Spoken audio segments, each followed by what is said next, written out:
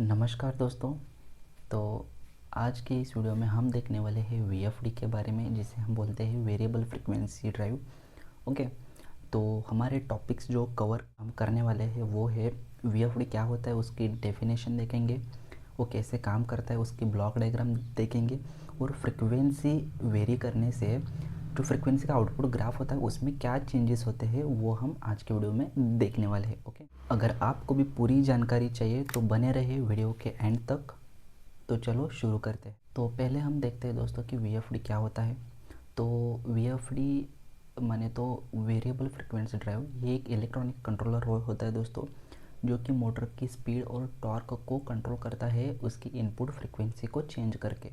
अगर मैं आपको इसे एक एग्जांपल से बताऊं तो मैं बताऊंगा कि आपके घर में एक सीलिंग फ़ैन है। आपको जितनी गर्मी लग रही है उस हिसाब से आप फ़ैन के रेगुलेटर को कम या ज़्यादा करके हवा कम या ज़्यादा ले सकते हो।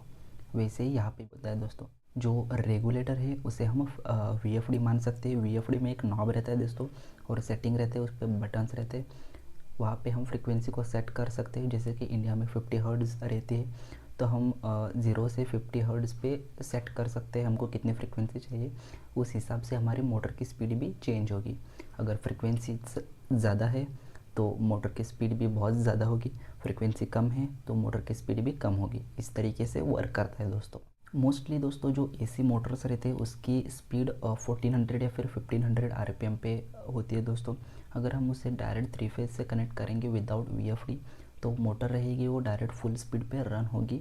उसे हम वेरी और उस मोटर की स्पीड को कम नहीं कर सकते या फिर ज़्यादा नहीं कर सकते। अगर हम बीच में वीएफडी को यूज़ करते हैं दोस्तों, तो वीएफडी में जो फ्रीक्वेंसी 50 हर्ट्ज़ है उसे हम कम कर सकते हैं। जैसे कि अगर मैंने उसको 30 हर्ट्ज़ पे सेट करा तो हमारी मोटर की स्पीड लगभग 600 से 700 आरपीएम तक आएगी, मतलब उसकी मोटर की स्पीड हाफ होगी दोस्तों। ऐसे ऐसे फ्रीक्वेंसी कम करने से मोटर की स्पीड कंट्रोल की जा सकती है वीएफडी को यूज़ करके।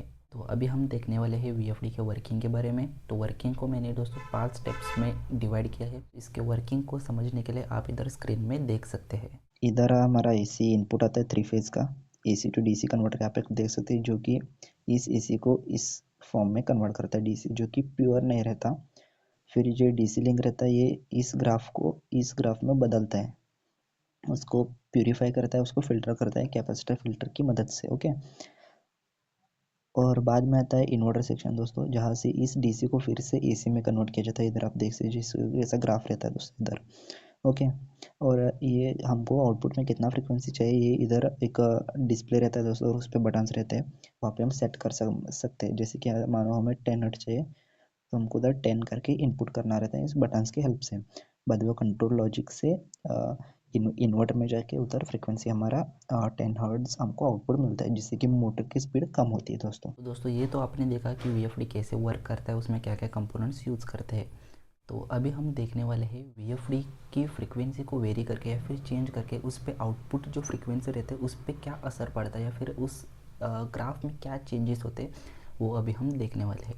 देख सकते हैं ये है 10 हर्ट्ज पे, इधर ये 20 हर्ट्ज पे रखा तो इस तरीके से ग्राफ होता है, चेंज होता है। और 30 हर्ट्ज पे कुछ इस तरीके से आता है। ओके, तो इससे आपको थोड़ा अंदाज़ा और आइडिया लग चुका होगा कि ग्राफ में क्या चेंजेस होते हैं फ्रीक्वेंसी चेंज करने से।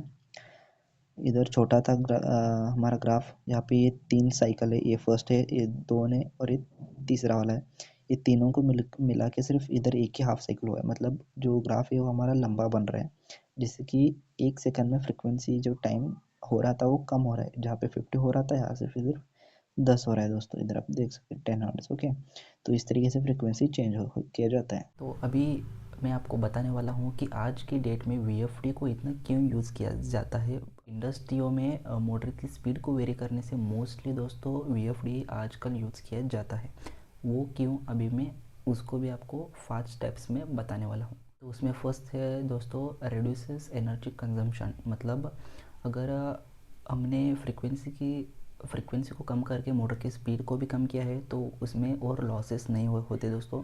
वीएफडी इन लॉसेस को कमी करता है और जो इलेक्ट्रिक पावर का कंजम्पशन है वो दोस्तों कम हो जाता है हमारा। स्मूथ मोटर स्टार्टिंग, ये मोटर को स्टार्ट और स्टॉप करने के लिए बहुत ही कम फ्रीक्वेंसी यूज़ करते हैं जो दोस्तों, जिससे कि हमारे मोटर पे उतना स्ट्रेस भी नहीं पड़ता और मोटर को ख़राब होने नहीं देता। और अगर हम VFD के टाइप्स की बात करें दोस्तों, तो उसमें 3 टाइप्स आते हैं दोस्तों। उसमें फर्स्ट है VSI, जिसको हम बोलते हैं वोल्टेज सोर्स इन्वर्टर, और दूसरा है ISI, जिसे हम बोलते हैं करंट सोर्स इन्वर्टर, और थर्ड वाला है दोस्तों PWM, जिसे हम बोलते हैं पल्स विड्थ मॉड्यूलेशन।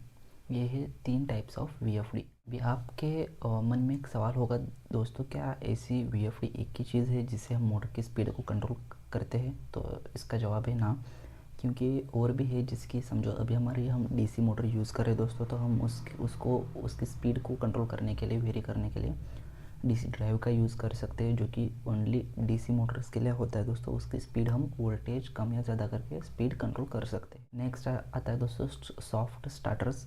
ये भी यूज़ किया जाता है दोस्तों, लेकिन इसका यूज़ सिर्फ मोटर के स्टार्टिंग और एंडिंग में उतना ही होता है दोस्तों। अगर हमको मोटर स्टार्ट करना है तो उस टाइम उतना ही हम मोटर को कम करंट देके स्टार्ट कर सकते हैं। मोटर को सॉफ्ट तरीके से स्टार्ट करता है, तो ये होता है सॉफ्ट स्टार्टर, और ये होता है VFD। अगर आपको भी और कुछ डाउट्स हो VFD के बारे में, तो ज़रूर इस वीडियो में कमेंट कीजिए दोस्तों। और अगर आपको भी इस वीडियो से कुछ सीखने को मिला, तो ज़रूर इस वीडियो को लाइक कीजिए, शेयर कीजिए अपने दोस्तों के साथ, और चैनल को सब्सक्राइब करके रखिए।